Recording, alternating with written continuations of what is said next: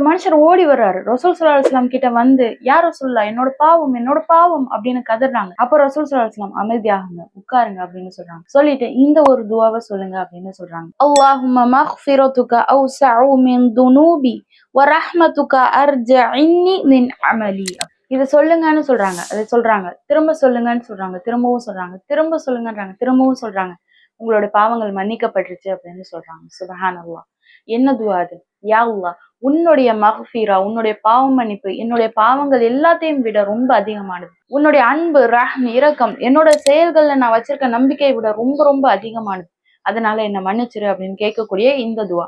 இந்த துஆவ நம்ம டெய்லி கேட்கும்போது எவ்வளோ நம்ம பாவங்கள் செஞ்சிருந்தாலும் ஒவ்வொரு நாளும் செய்யக்கூடிய பாவங்கள்ல இருந்து அல்லாஹ் நமக்கு பாவ மன்னிப்பு கொடுப்பான். ஏன் பாவம் பாவம் பாவம்னு சொல்றோம்? கொஞ்சம் யோசிச்சு பார்ப்போம். காலையில இருந்து என்ன பாவங்கள் செய்றோம் அப்படின்னு. கண்ணால செய்யக்கூடிய விபச்சாரம் செய்யாம இருக்கோமா? இல்ல யார பத்தியுமே குறையே பேசாம, புறமே பேசாம அமைதியா இருக்கோமா? அல்லாஹ்வுடைய நினைப்புல மட்டும் இருக்கோமா? இதெல்லாம் பார்த்தோம் அப்படின்னா, ஒவ்வொரு நாளும் நம்ம எவ்வளவு குற்றங்கள் செய்றோம் அப்படின்றது தெரியும். அந்த குற்றத்தோட மறுமையில அல்லாஹ்வை சந்திச்சோம் அப்படின்னா, நமக்கு தான் பாதிப்பு. அல்லாஹ் பாதுகாக்கணும். நம்மளுடைய பாவங்களுக்காக அதிகமா துஆ செய்வோம். இந்த ஒரு துஆவ இன்க்ளூட் பண்ணிப்போம். இன்ஷா அல்லாஹ். அஸ்ஸலாமு அலைக்கும் வரஹ்மத்துல்லாஹி வபரகாத்துஹு.